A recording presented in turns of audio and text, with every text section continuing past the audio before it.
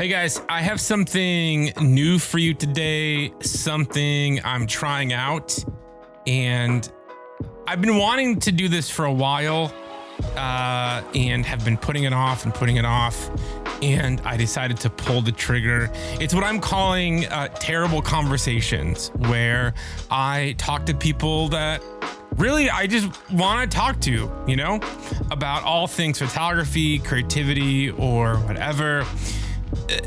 To be honest, I have resisted making this podcast an interview podcast.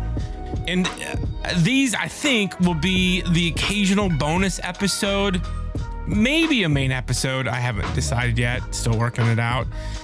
But this week, I'm excited for the first one, for the first terrible conversation. I am talking to a guy named Tom Wright. Tom is a photographer, yes, but he's carved out this really interesting niche for himself, as he calls himself a phototherapist. I know, cool, right? We can all use some phototherapy. I mean, I know I can.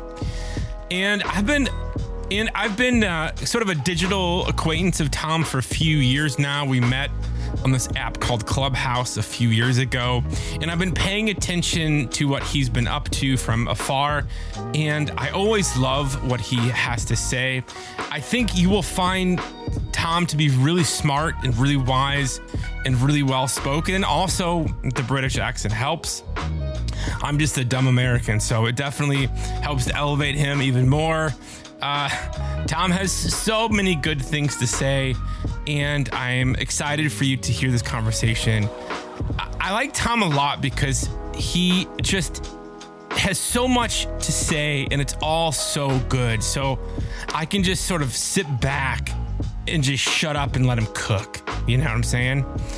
Okay. I will give you a warning though. The audio quality is not the best. I'm still working through how to make this whole interview thing work. Apparently every other podcast on the planet can figure it out, but me, who prides himself on being technical and having quality audio, can't figure out how to record a bloody interview.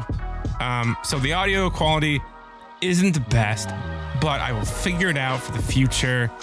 I will work out the bugs, and the next one will be more clean. But I promise it doesn't take away from just the gems, the utter gems that you will take away from Tom Wright. I really hope you enjoy this conversation with Tom. And if you want to know more about Tom and follow him, definitely follow him. All of his links and information is in the show notes. Okay, let's get into it. Thomas Wright. Do you go by Thomas or Tom? Tom, definitely. Thomas is when I'm in trouble, and exclusively when I'm in trouble with my mum. I am glad you're here. Did you know this is the first ever conversational podcast that I'm doing? I don't do these ever. I mean, to be fair, when you're that good at the pre-recorded stuff, I don't see why you would need to. Stop. But I feel like people get tired of my voice, and I definitely get tired of my voice. Here we are. What's new? What's been going on? Not much, honestly. It's been surprisingly good weather outside, so I've had to max out my key light. That's the only real news I've got for you. It's 20 degrees Celsius. For those who can't see this, Tom's light is incredible. It's beautiful, perfect shadow. He has perfect hair, great window light. And me, I just have this, I don't know, those goofy small credit card lights. Oh, you should point it at the wall. It's Scooby-Doo light. I get it. Exactly. This is like a vocal booth. So here we are. They don't have to hear it. We could maybe put it at the end as bonus content, because the other side just added you can trim and move stuff. That's kind of cool. People know that we're using Riverside. They're not paying us. This is my issue. I'm terrible at dealing with endorsements because I'm too generous with information anyway. If people want to know, they're going to find out. I don't want to give people ads unless Riverside wants to sponsor me or something. Maybe they could. They seem like a great company. Let's get into it. Okay. So, Tom Wright, you are a photographer, phototherapist. From where exactly? Where are you from? I am from a small town called Burnley. It's about an hour north of Manchester. about an hour east of Liverpool and about an hour south of Lancaster. So like right in the middle of 3 major metro areas in the UK. It's an old mining town, and our only claim to fame is a football club, because even though we are a nothing town like an old mining town, the football team here is like exceptional and keeps getting into the Premier League. But I don't like football, which kind of makes this town irrelevant to me. But yeah, that's where I'm from. Most of my work was out of Manchester when I was a commercial photographer, and it's been everywhere as a consultant since then. And for you dumb Americans, that's soccer. But yeah, like we tend not to wear as much equipment when we play football. That's the main difference. Yeah. We wear equipment and they still have concussions. So there's been arguments made that the helmets make concussions worse, but that's a conversation for another day. I'm not a neurologist. That's a little outside of the scope of what I do. Same. We can talk about photography if you want. Yeah, let's talk about that. So you are on your website. You describe yourself. I feel like this is a good place to start. Cool. As a phototherapist. Yes. What the hell is that? So I'm not a doctor. Okay. But one of my clients described me as a phototherapist because when they were working with me initially, we did a lot of work around color processing or backup workflow. And more often be spending most of the time talking about approach and intent and helping them overcome creative block rather than dealing with just the technical aspects. Because very often photographers are really capable. They know what they want. And sometimes they have the ability to do it, but they get in their own way.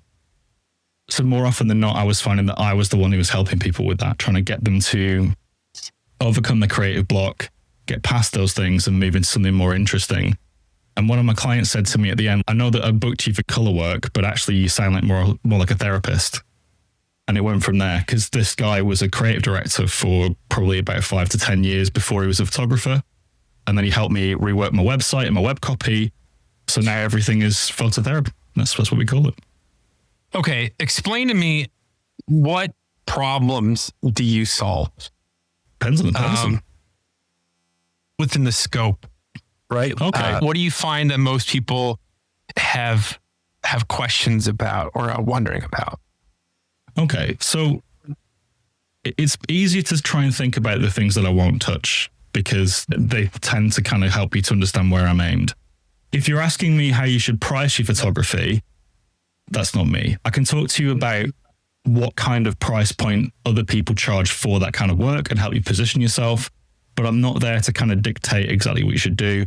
I am not there to tell you how to build a mailing list. I am not there to tell you how to build a client management system. My role is to help you to make a product, your photography, for an audience. What is the thing you want to make, and can we make it better? And who is it for? And can we make it a better solution to their problems? The thing is that in doing that, there's lots of reasons that you might need help in lots of different areas. So some people know what they want, but can't do it technically. They need help with their workflow, or they need help with their camera or lens selection. Other people don't have the market fit, but know exactly what they want to make. And it's then a case of you want to make this enormous, nebulous group of things. What of the things that you make is palatable to an audience? How do we package that for them and have you not go crazy doing it? How do we make it fulfilling for you and still meet the need of that client? So in a nutshell, it's giving technical skills to people that don't have the technical skills. And it's giving people creative direction to people that don't have creative direction. And for the people in the middle that have some of each but don't know what to do, it's helping people to get clear on what they want and to try and get out of their own way so they can get there. If somebody comes to you feeling stuck, what are the first 3 things you're going to look at to help, quote unquote, diagnose them? There's no set pattern. So the reason I'm not dodging the question, because there isn't a set pattern. Every single person I've ever spoken to is an individual human being. By the time I'm working with them, very often they've been in an industry for a decade or more. And as a result of that, it isn't as simple as just, it's one of these 3 things. It's not. It's very often more complicated than that. And it's something that you get to over the course of a longer conversation. So with every person that I speak to, I do a half an hour consultation completely for free, because I want to make sure that we're a good fit and I need to understand the nature of the problem. But it isn't just a case of, oh, this is the typical situation. This is what you have to do to fix it. It isn't paint by numbers. And as a result, I haven't really been able to record any resources for people that they can do in their own time. It's all one-to-one. And it relies on my ability to recognize patterns in people's work or to help them understand what somebody else might be seeing when they look at the work. So as much as I'd like to make it clear and say, oh, these 3 things or these 4 things are what I do, I don't mind how things happen as long as we get you to a point where you don't feel stuck anymore or you're able to produce the work you want to make. Like, what questions would you ask, though? If somebody comes to you and just, man, I'm just bored with my work. And maybe making some money, maybe not. I don't know if photography's for me anymore. Are you getting into those kind of deep topics? Or that's stage 1. It's pretty common for somebody to come to me and be at that stage in their career because it was a simple problem. Very often they would have solved it themselves. People are smart. They know what they need. But very often, if they say, I don't know where to go with my work, the very first thing is to look at it. So I'll look at Instagram, I'll look at website or Lightroom if they want. We can have a look through the catalog of work and try and find out where it is and what it says. And it usually starts with me giving them a review of their portfolio that only highlights the strengths. Because I feel like by the time somebody gets to me, they already know what they're bad at. They already feel it internally. There's that negative self-talk happening where people feel like, I'm not good enough. I can't do this. There's that talk track in their head.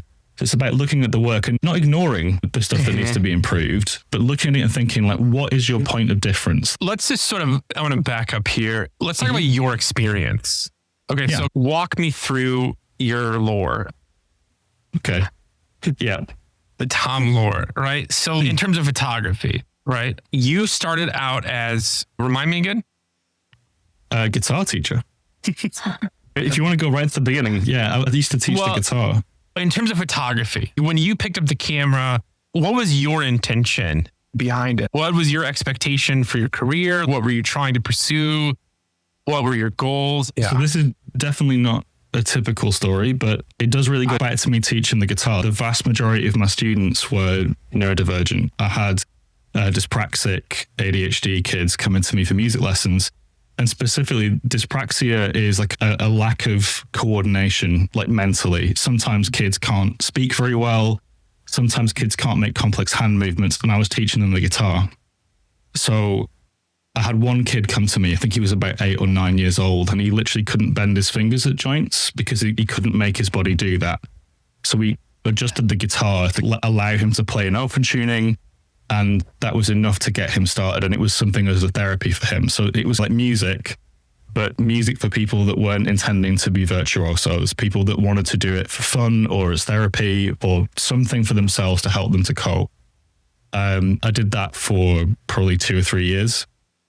And then I moved to a new town and they were already like a bunch of established music schools and independent guitar teachers and essentially didn't have any money.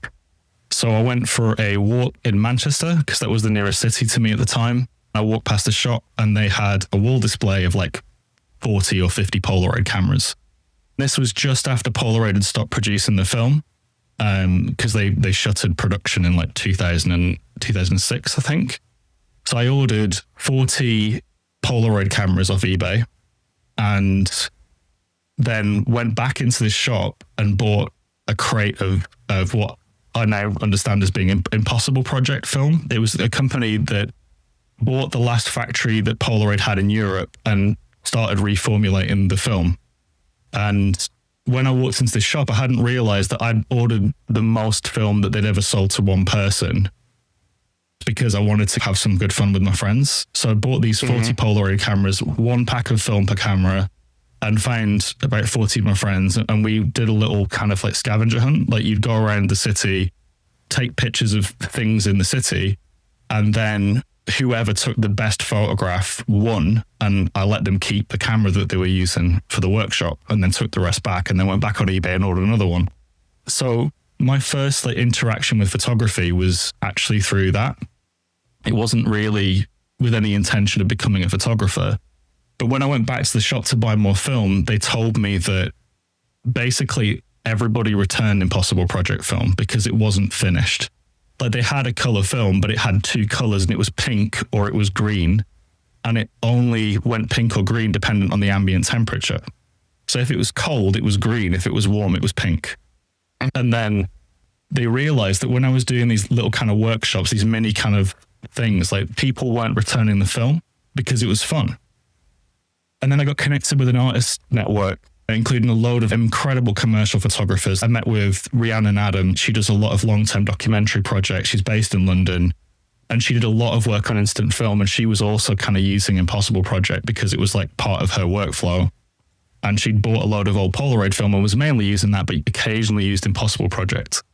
And it was amazing to see what people could do with it as a creative medium, because things like color shifts and lack of sharpness and weird scratches and scrapes on the film from the rollers and the cameras, these were all things that kind of became part of this one-off object, this piece of artwork.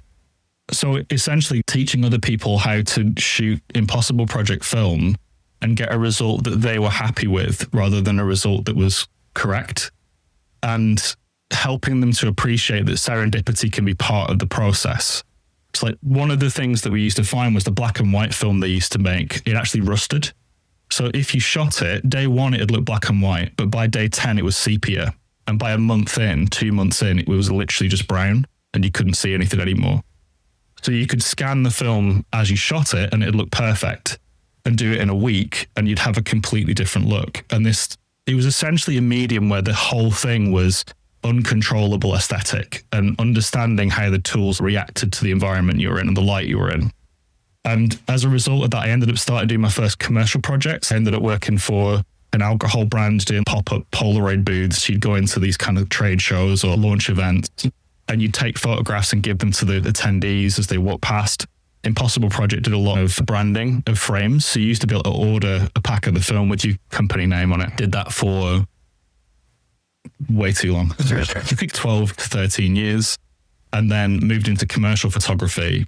And that was largely because I wanted to spend more time with my family. Like I felt like I was away on weekends, didn't really get many evenings free, and just wanted to move to something more sustainable. Worked in-house as a product photographer for 2 or 3 years, and then went freelance and ended up taking whatever work would come for a long time. Then the pandemic happened and we all got locked inside. And I opened a room for photographers on Clubhouse called Photographers Coffee Morning. And it was literally just no pitching. Come talk. We'll have a conversation. We all feel terrible. We'll feel terrible together. And then hopefully by the time you finish, you walk away happy. And the only rule was you couldn't be negative to people and you couldn't promote something. If you had something to sell, do it somewhere else. And that really worked. It routinely had between 250 and 500 people in it at a time. And then as a spin-off for that, I'd started doing positive only portfolio reviews because we were locked inside and everybody was looking at their most recent shoot from 2 years ago and thinking, why do I suck? When that one job just happened to be the one you did for the paycheck. It was nothing to do with you being a bad photographer. It's just that you were stuck with that view of yourself. So I used to spend 2 hours, 3 hours at a time going through as many photographers' work as I could, trying to find why it was valuable. And that kind of led to lots of people treating me very kindly because they were in a bad place and I'd kind of help them to see their value. But when lockdown ended, a lot of those photographers started asking me to go into education, to start doing coaching because they didn't feel like what I was doing was available somewhere else. And eventually I relented and did it. And then eventually it got busy enough that I had to stop shooting commercial photography because I didn't have enough time left. And I was earning the same amount of money from education and coaching as I was from commercial photography. And I felt like the things I was doing for commercial photography, somebody else could do. But I genuinely feel like one of my biggest skills is pattern recognition. And one of the things that makes me want to get up in the morning is helping people. So it gave me an opportunity to do both. And it kind of took me back to the feeling that I had when I first started with photography, which was trying to help people to appreciate it as an art form and to feel like the thing that they made is unique and potentially imperfect, but valuable in its own way, and to try and see the value in what they had, even if it was a color film that only went 2 colors. I'm just so inspired. I'm just like trying to take it all in. Okay. When you were talking to these photographers on Clubhouse and you're doing these positive reviews and you're like trying to convince them of their artistry, do you find that people view themselves of that? Because I talk to quite a bit of photographers these days. And a lot of people balk at the idea that they're artists. It's like almost like they don't want to be held to an artistic standard. They are performing largely a utility for a business.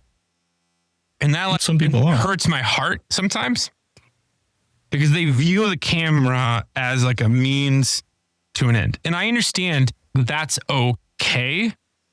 And I've been thinking about this a lot. And I write about it and I talk about it in the podcast. There's like a war. There's like a battle between the soul of photography and the utility of photography. And you add in something like AI, which is now performing the utility of photography. Mm-hmm.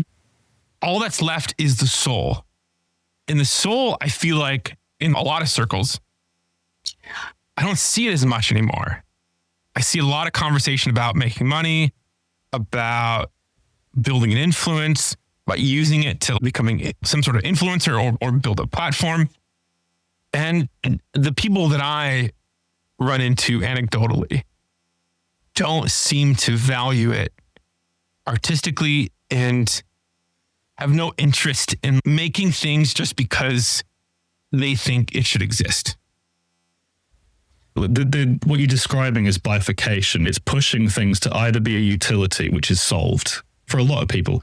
If you're a wedding photographer, less so, because that event's happening in real life. Like to run it through AI is a job in itself at that point. But say for product photography, for headshot photography, even we saw Evoto by offering generative AI portraits of people based on iPhone shots. So that is a problem. Like commodity-based photography is in a position where it's heavily threatened by AI because it's a commodity.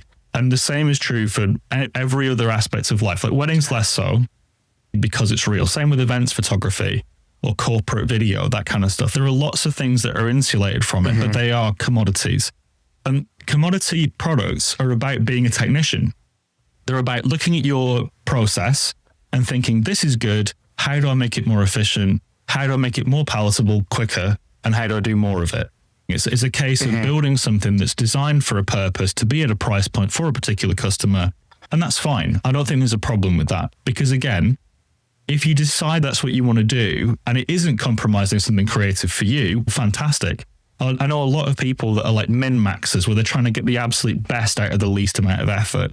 And there's beauty in that too. It's just a different kind of beauty than the stuff you look at. Fine. But the artistry side of it, people that really are working to be artists don't really shout about it, for a starter.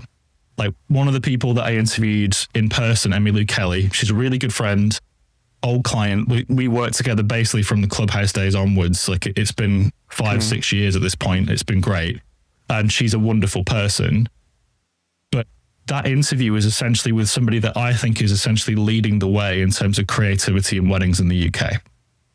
And that podcast now has about 1,000 views, despite it being nearly 2 hours of me talking about how she developed her artwork, how she deals with creative block. Does she feel like an imposter? And yet nobody's interested in it. And the issue you have is that the people that consume photography content do want influencers. If I post a video on YouTube that's reviewing a camera, it can easily get between 40 and 80,000 views. But if I post a podcast, it'll get 100, 200 views, and in some extreme cases, maybe 1,000. So I think part of the problem is that you see what the platform shows you. You see what people have looked at previously. And in a lot of ways, I feel like social media's kind of become a race to the bottom. Like, how can you appeal to somebody's more like instant gratification urge faster?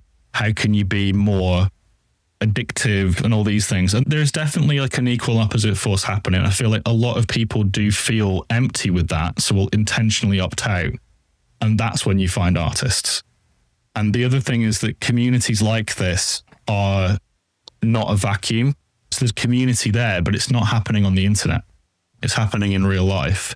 And the conversations that are happening on the internet are happening with a view to try and reassure each other that artwork is valid. So I understand what you're saying. It's almost like you feel like the commodity side of it is the only thing that's being seen.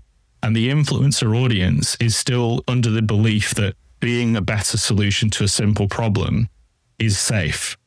And I'm not sure that's true anymore. I really do feel that AI has eaten the bottom end of the market for commercial photography. And in wedding photography, the danger is that if you commodify yourself, you put a price limit on yourself. If you're doing the same thing as somebody else and the other person is half as much money and they live closer, guess what? You're not getting the booking.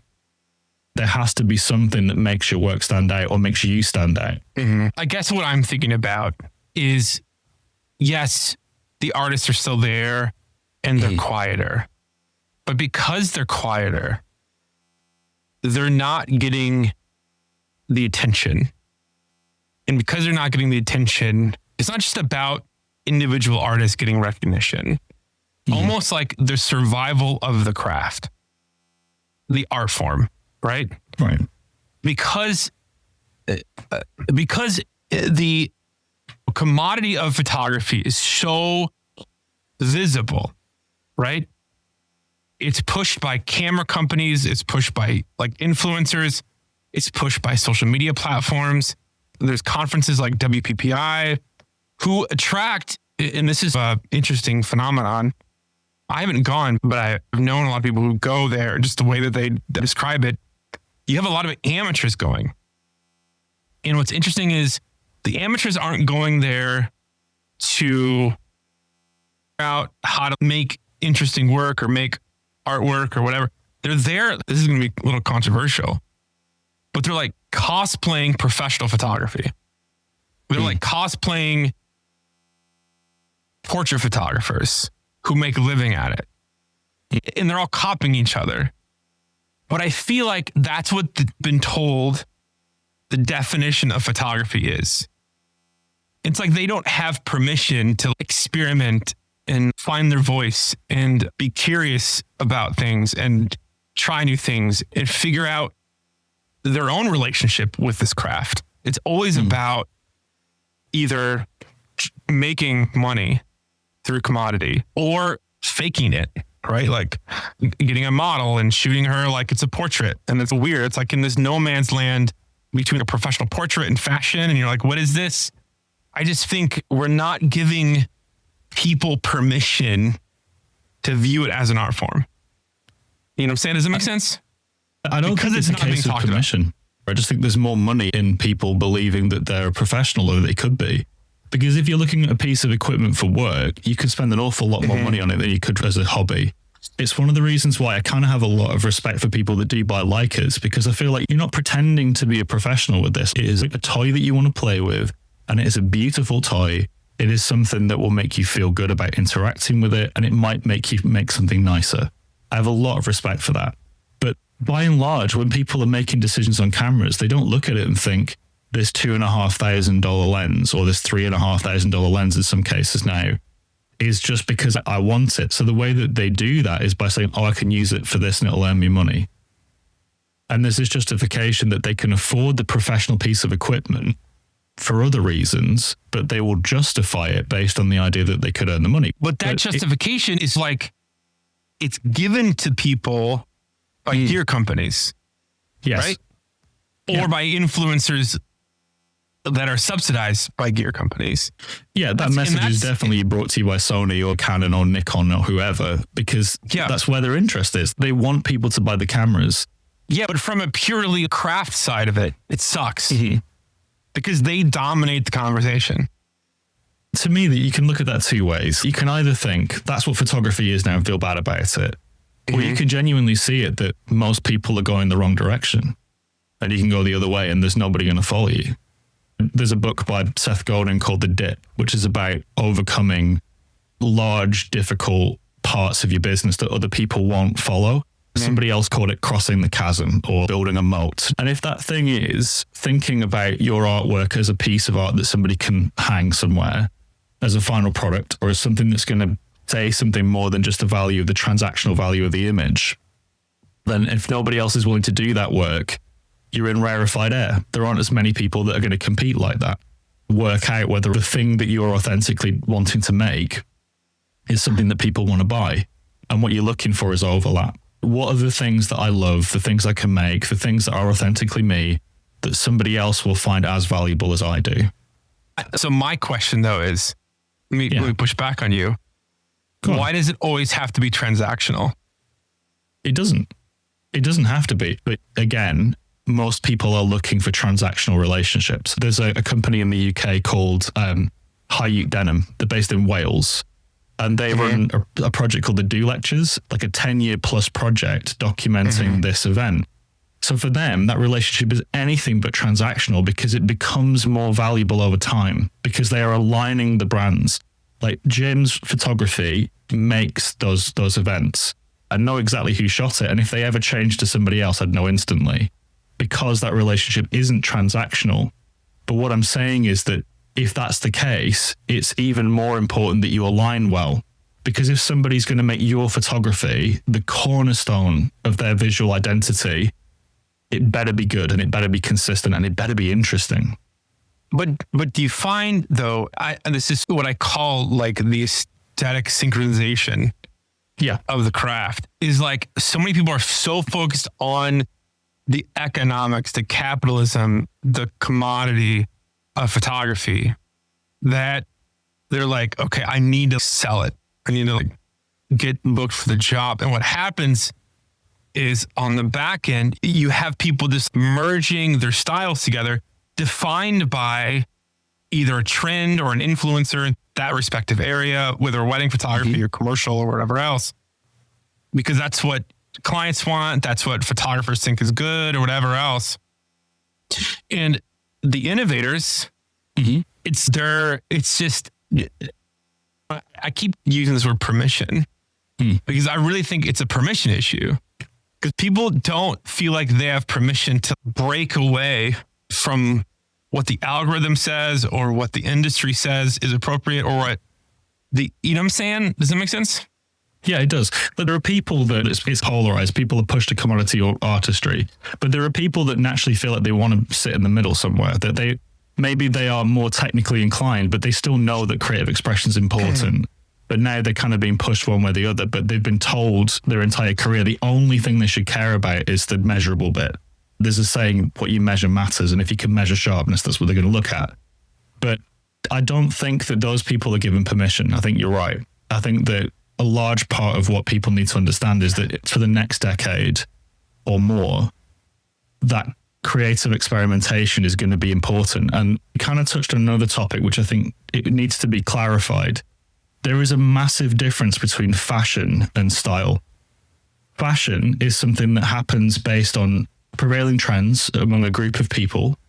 It's something that can be influenced by companies, by all sorts of different things, and it's largely transactional. And then style, which is dressing in a way that suits you, that's distinctive, in a way that gives you self-expression. You can be stylish forever without changing anything, because every so often your style is trendy, it's fashionable. However, if you decide you want to be fashionable, you're going to be following that forever. So if you're looking to do what we're talking about with an artist, like product development, and go that way, it's essentially saying develop your own style, something that fits you, something that suits you, something that makes you look good, something that you're uniquely poised to kind of pull off. Or you can follow trends, which essentially means you don't have to do the self-expression and self-discovery, but it does mean that you have to become proficient in a great deal of different techniques to follow those trends as they come through. And I think that one of the things that I've seen a lot of people do that can stay in these industries for a long time is a hybrid approach. So they will have a style that is non-negotiable. It's like the core of how they photograph. It's not up for debate. They've nailed most of it down. They will never change a word of it. That's exactly what it is.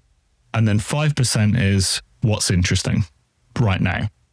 And over time, that 5% can change the rest of their body of work gradually. And people evolve and change and the style improves and improves, but they're using the trends and the needs of their clients to shape the way they work going forward. So my preference is definitely style over fashion. Definitely. But that doesn't mean you shouldn't borrow from fashion to improve your style. My tagline for my whole brand is the war is not technical, it's internal. Because once you figure out the internal shit, the technical stuff just falls into place. right? It's really easy to figure out like, oh, I really want this look, or I want to shoot this thing. What lens do I need to get that? Okay, that's not a hard problem to solve. The harder problem to solve is actually doing the work to figure out what you want. What do you like? And I feel like most photographers don't think about that. In fact, they outsource their vision, their soul. They outsource their soul to whatever. If it's a wedding photographer, it might be Jose Villa. Like Jose Villa is the standard. I'm going to shoot like Jose Villa. And they spend so much time like trying to replicate him, as opposed to like stopping and asking, how do I want to approach this wedding? How do I want to tell a story? What's important to me visually? And sometimes I think maybe they see, like, no one's ever told them that they should or that they could. They just don't know how to do that. Or the dark or cynical person of me, which I don't think this is true, but I'm like, they don't want to. They have no interest in it. I think that you summarize this in the book. For anybody not watching, got lessons from a terrible photographer, Patrick 4. Page 102, feelings beat perfection. You're going to read the book to me? I'm going to read a paragraph for the audience. It says, here's the distinction we need to make. A technically perfect image can still be emotionally shallow. But an image that makes you feel something profound, that's the one that burns into your brain forever. That's the reason I've got a job.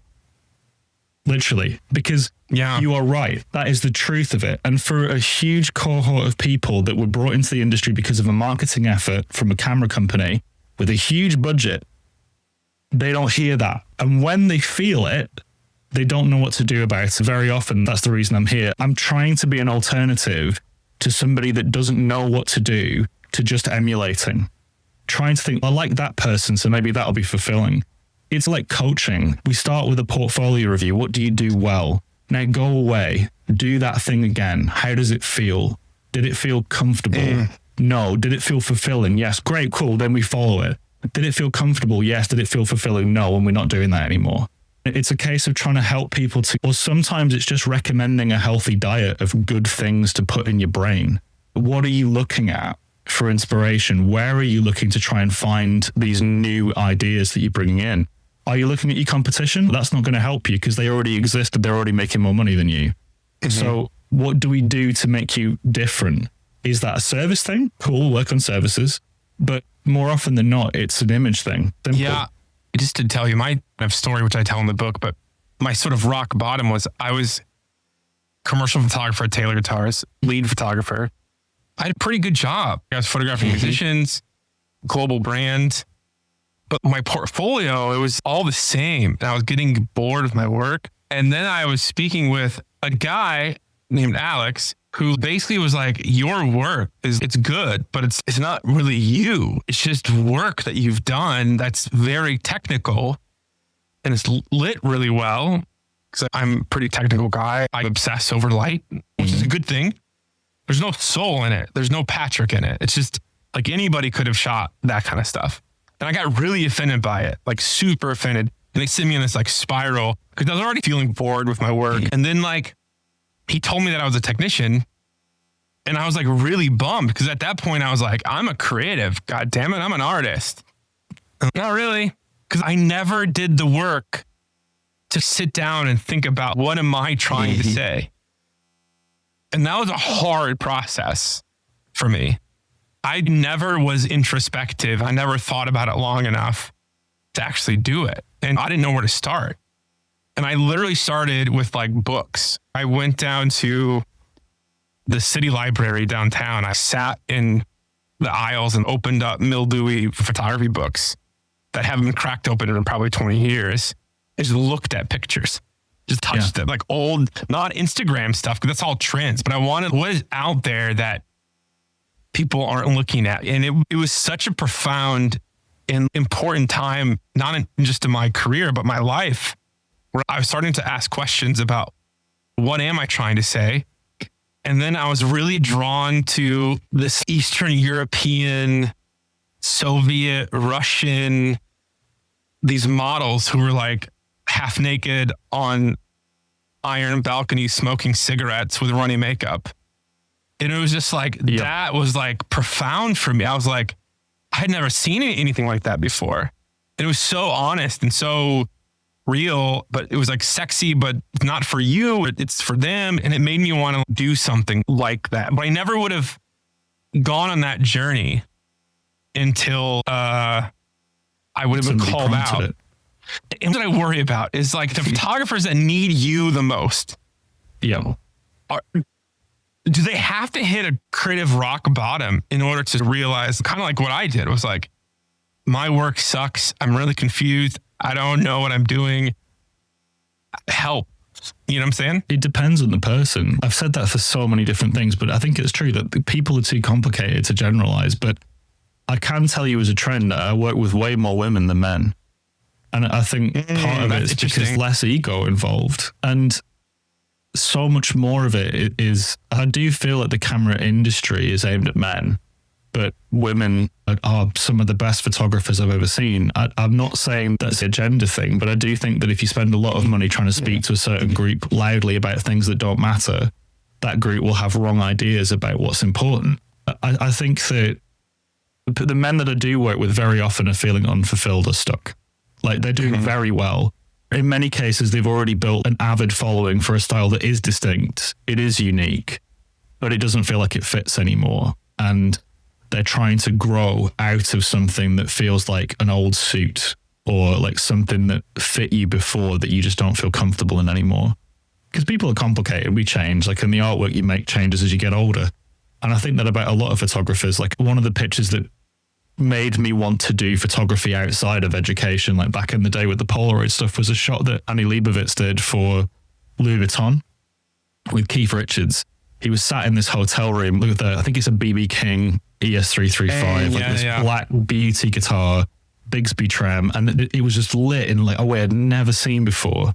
And I kept looking at this thing, and it was in a guitar magazine. I was looking at the guitar magazine and thinking, how did she do this? And until probably around about 5 years later, that when I was midway through getting into commercial photography and I decided I'm just going to learn lighting now, that I realized what effect soft lighter is and what the advantages of like multiple diffusions were, or even what compositing was. And I just remember thinking like, I want to be able to do that. At the time I was a musician and I felt like this was more interesting than playing the guitar. That's the image I loved when I first started. So that must be what I should be making.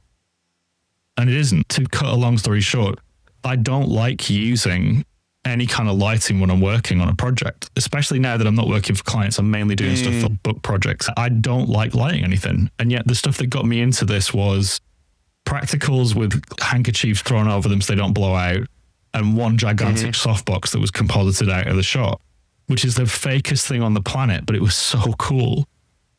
And I think, again, it's how do you grow from that? Annie Leibovitz's career is one of those that has changed a lot. And it's a good example of what happens when you try and get too commercial. Yeah.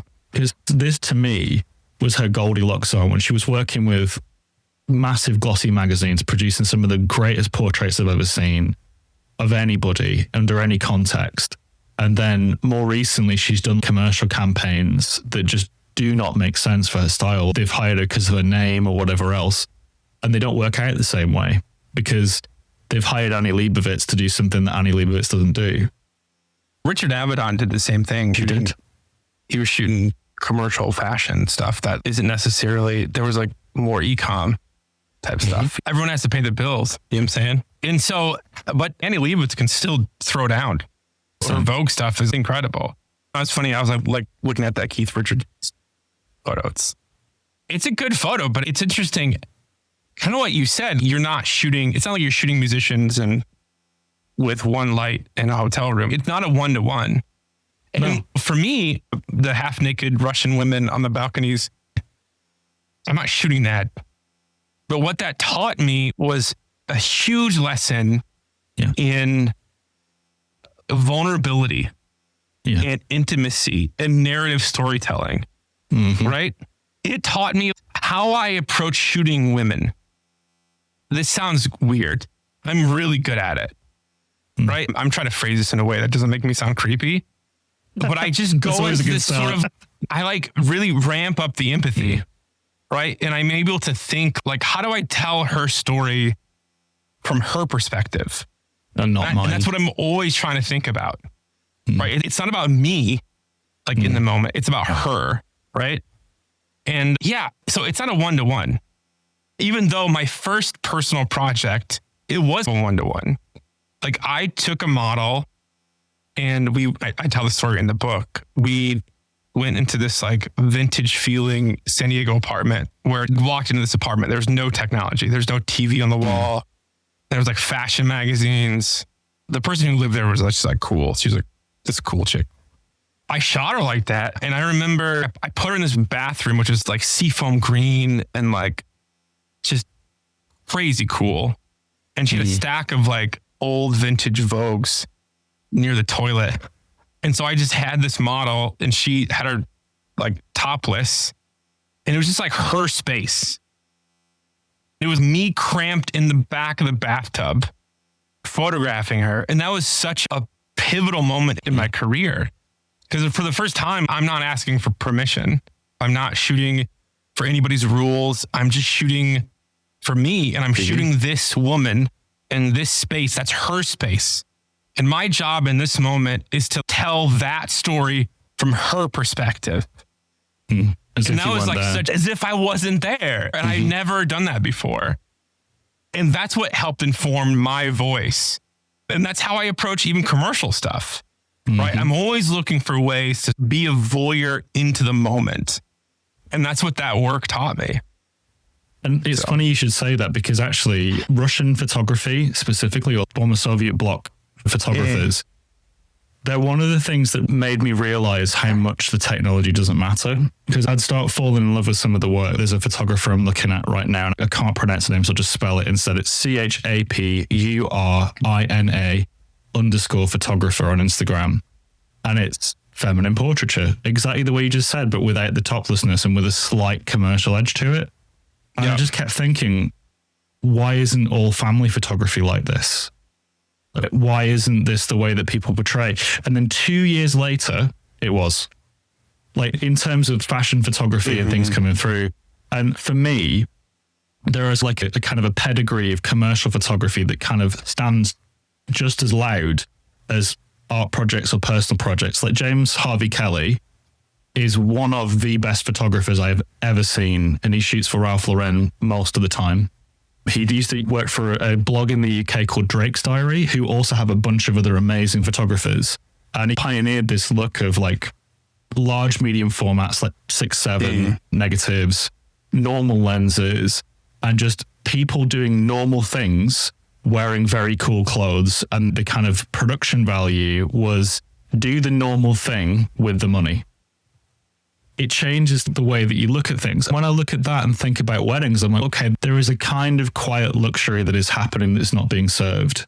And that is a problem that can be solved in so many different ways. And it can be interesting. You can take it with the view of femininity, like you were talking about with a lot of these Russian photographers, or you can view it from all sorts of different ways, like personal empowerment. There's so much social commentary that goes into a lot of these choices.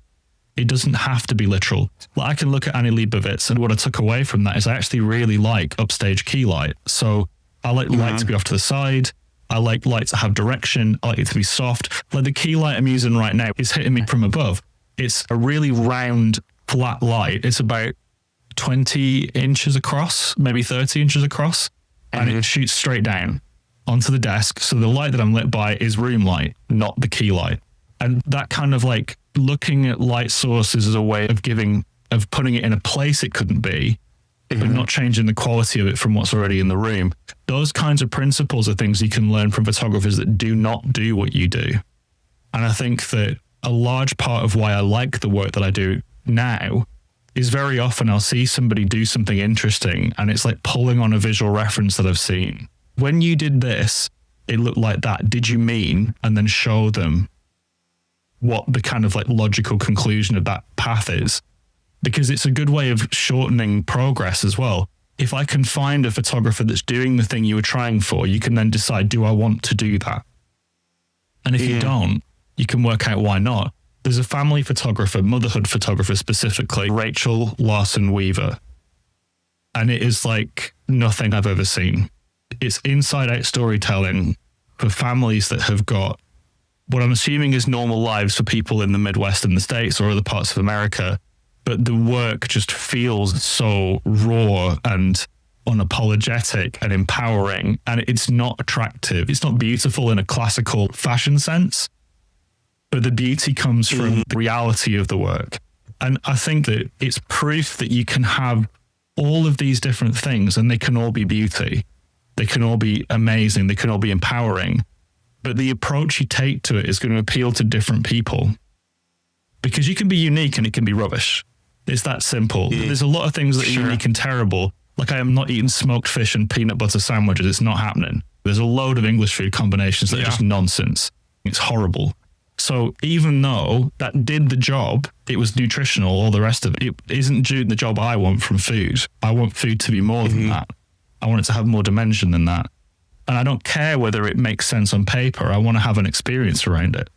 When I go for food, this is the reason I'm bringing it back to food is a common food experience here is democratized. So a huge trend at the moment is food halls. You'll walk into a place that was built in a ridiculously old time, like an old cattle market or anything like that, converted through with 20 or 30 different restaurants on the outside, and they make two things. But it's the best version of those two things that you'll ever eat. So there'll be a ramen shop that's got one broth, one kind of noodles, and you've got two options for meat. Or there'll be a steak shop where you can only buy flat iron steak. But again, just incredible. So it's not just a bowl of noodles. It's the best broth you've ever eaten. But if you don't fancy that, you can also have the best chicken burger you've ever eaten, because you're making a purchase decision based on vibe. What am I in the mood for? What do I care about? What do I want? And you're allowing your client to look at all of the options in the industry, not as being like a competition. You're at a food market and they get to decide what smells the best to them and taste it and find out. And if it turns out it's not the best, you move to the next one. But if somebody gets the best thing they've ever eaten, guess what? You're ordering the same thing every time you go back. I think that's what I would like. Yeah, but this sort of what I call the synchronization of the market. But if everybody is making the same style of burger with the same style of fry, like, everybody loses. But it takes the courage for the guy to be like, no, we're going to do like a Korean fried chicken sandwich with like Korean spices, which is to part of stand what I love out, to about be it. like, but you're going to win by all the people who are like, I'm so fucking tired of burgers. I want something spicy and fried and different. Right? So that's why I think the food market analogy works, because it encourages the kind of competition that is not going to put you out of business. So if you're in a food court or with 19 competitors, there's 19 of the people that every hungry person can choose to go to instead of you. But the fact is, if your offering is a complimentary, then great. So if that person does want the Korean fried chicken, that same food court has got gochujang, like Korean fried chicken, and it's incredible. So guess what? If I'm in the mood for that, I can have that. And again, it can be the best. And it's not so much that you're looking for something that's never been done anywhere. Sometimes it's context or location based. You can be the best smash burger in Manchester and you're going to have a way easier time than you would in the States because we don't have as many. This sort of analogy is not one-to-one, obviously, but I think though the advantage with photography is like, if your style is unique enough, you can be anywhere, right? People will find you. You could be a wedding photographer in New Hampshire and shooting in such a distinctive style that if you're a couple in California, you're like, I'm going to find them. Right. So we're not limited by location anymore. And that's another reason. I disagree with that because it becomes an economic problem. And I think that's something that people overlook very often. Usually they're talking about gender inclusivity or orientation inclusivity. I get that.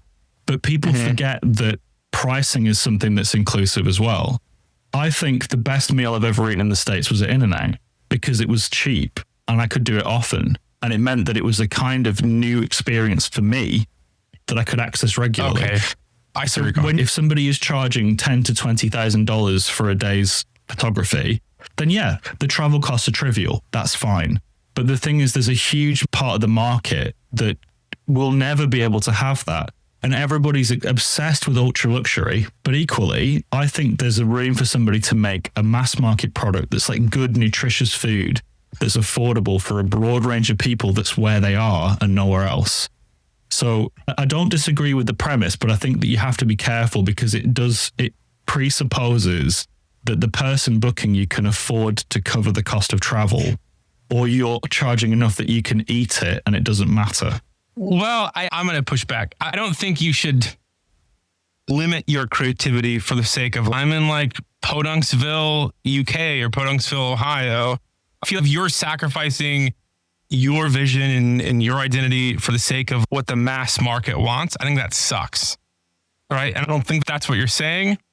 Just because people in Ohio can't afford some boutique amazing, they probably can't afford Rachel Larson Weaver and to fly her out somewhere. But that doesn't stop Rachel Larson Weaver by shooting her style. No, it doesn't. That's not mass market. But think about, if we're going to talk about her specifically, look at the style. Yeah. It is something that would work anywhere.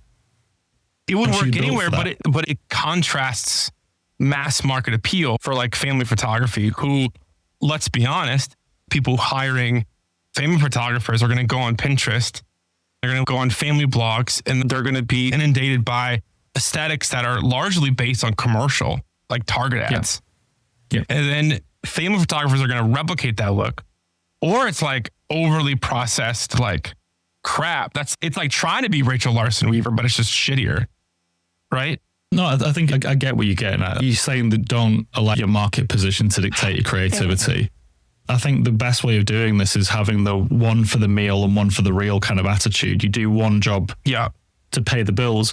You don't have to show it everywhere. You can create this kind of more curated aesthetic to try and help you to get to a higher price point. And I think that some people would probably benefit from that because it might make them feel less awkward about the work that they do for cash.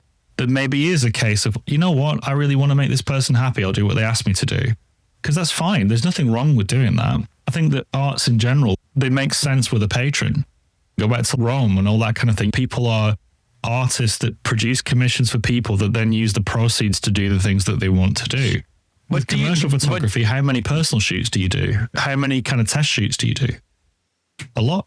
Not a lot? Me personally, I try to do one a month. But I value them, and I think that they're important. And I've gotten work from them, which is what I try to tell people. Like, I remember the most high-paying job was a pharmaceutical job, six-figure job. The person who hired me was the executive director at an advertising agency on the East Coast. They saw a portrait in my portfolio. It was of this woman in the desert. They weren't hiring me to shoot portraits of women, models in deserts. They're hiring me to shoot a family in Chicago and Dallas, right? For a specific look. But the personal work, which is really compelling to that particular individual, that drew them in, that caused them to remember who I am, got me the work. But I also had the boring work on the website too. So I had the proof that I could do their campaign. But I also proved that I had like creative range and I could produce something beautiful just because I think it should exist. So we're like kind of coming together. Is that a lot of photographers don't see the value in creating for themselves. They're just going after the dollar in the transaction, but they don't even realize that like it's a win-win. If you start to shoot for yourself and put some of that work out there alongside your other work, who knows what's going to happen? One, you produce something interesting that's important to you. And two, somebody might look at that and be like, oh shit, like I want you to shoot like that for my wedding. Yep. And then it's, oh my gosh, you're paying me to shoot what I want? Like my style? Yep. That's crazy. That's the transition that I help people manage through. So one of the things that I think commercial photographers get right is doing these shoots. For me now, as a consultant, I'm not seeking client work at all. I'm still shooting, but I don't see client work. So that thing of doing test shoots, that thing of producing things for the sake of it, it ended in a book launch for me last year. Like I'd taken some photographs of a potter in Salford, and he has ADHD, and he used throwing pots as a way of focusing him because it's a repetitive action that required physical engagement constantly. You could have music on, you could be in a space that you felt comfortable in. You could be constantly mentally active. And he is a commercial thrower. So he makes cups that get used in cafes, in restaurants. He is constantly throwing pots. He works for these small cafes, these small restaurants, and he's never not in the studio throwing pots. That's so good. For him, the entire reason for making this work, for making these pots, was because it served a utility. There was a good for humanity, and out of the trade, he got to make a living, and he got to sit in a room listening to his favorite music, concentrating on something that he was good at. And every single mug that you picked up, every cup, it had his fingerprints in it, literally lines where you could feel the width of his finger. Like, it changed because when you fire it, they shrink. But there's all these human elements and signs of human intervention in it. I shot the whole thing manual focus. I stuck a microphone on him and set 2 cameras up and let them roll. Didn't use the video in the end, but that's the point. You try stuff. The only light in the room was this tiny little window in the corner of the room. And I just watched him throw pots for 2 or 3 hours. And it was a fantastic experience. It felt fulfilling to me. I came away with work that felt natural. I took less, but it was more meaningful. Did it result in opportunities for me? Absolutely it did. Has it made me want to go out and make more books? Yeah, 1,000,000%. And the other thing is, it helped me to understand that the role of other creatives outside of photography that are also struggling with the same things we are. My client only wants me to make generic Squarespace websites using templates, but I want to make something that's more custom. I want it to feel like the client, but they won't pay me for the extra. Designers feel that. Potters, I would just want to sit at this wheel and just make pots. And I've found the perfect way of doing it because people keep breaking these things. So I'm going to make just them forever.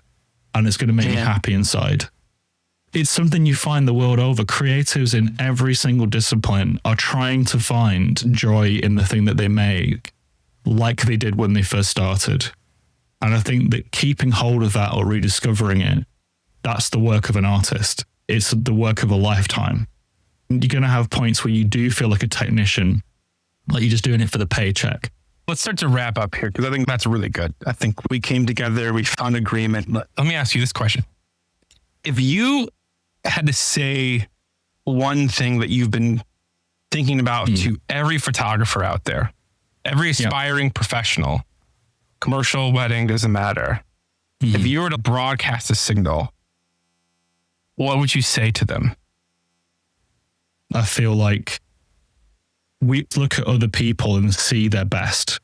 We don't see the struggle and we see it in isolation. When you put the work in and you do something, there are things that you're doing reflexively that other people would never imagine doing.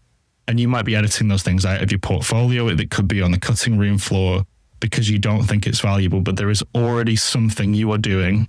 There is already something you are making that is the future of your work. It's a case of finding it and nurturing it. What would you say to the photographer that it's just like the worker bee? They're hearing this and they're saying like, man, I'm just a wedding photographer. I'm just a headshot photographer. I just grind it out on a weekly basis and I produce my work. I don't feel like I have anything interesting to say or to contribute. I just do the work. You know what I'm saying? Yeah, my first answer would be fine. Keep doing what you're doing. But the problem is that's not the market we're in anymore. We don't live in a market where a commodity is going to be able to last forever. And I'm not saying that to be alarmist. And we talked about Evoto in passing before, but they literally released a product where you could upload a photograph from your phone and it would turn it into an, in inverted commas, professional headshot. So if you're relying on that company hiring you to cover all of their workers for 200 or 300 people, which a lot of headshot photographers do, that might go away. So if you think you're insulated, I don't know what to tell you. I don't think that you can stay a commodity photographer forever. However, if you don't feel like you have something to say, I just refer to my last answer. You're already doing something interesting. You just haven't focused on it yet. So do it for self-expression, do it for personal development, or do it because you want to have a career that lasts longer than AI will force it to. If you're happy in the work you're doing, change nothing. You're happy. Great. But just be aware that there is going to be a pressure to the bottom if you're providing a commodity, because the alternative is ChatGPT or Claude Code or whatever else that will do the job faster, cheaper. And eventually there'll be a point where the only thing you're being paid for is your creative direction, your taste, your opinion, or your ability to make something real. All right, Tom, this has been a good conversation. But it's 3:07 a.m.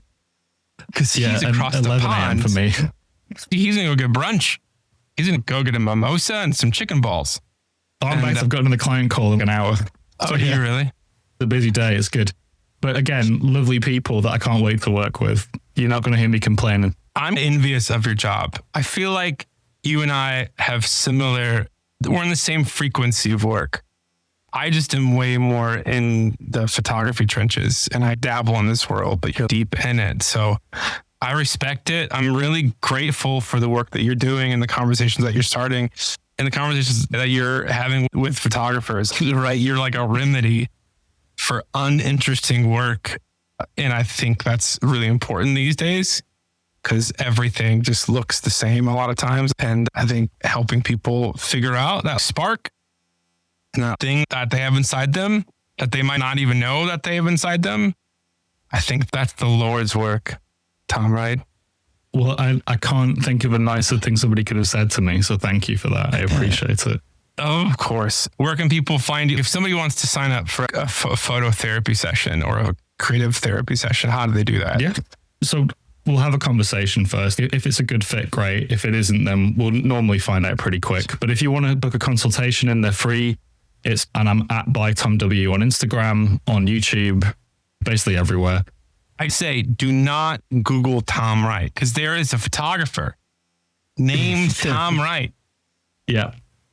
So here's the other dirty secret. I get none of my work from social media or from anything other than direct traffic because I feel like people don't want to talk to somebody about seeing a therapist.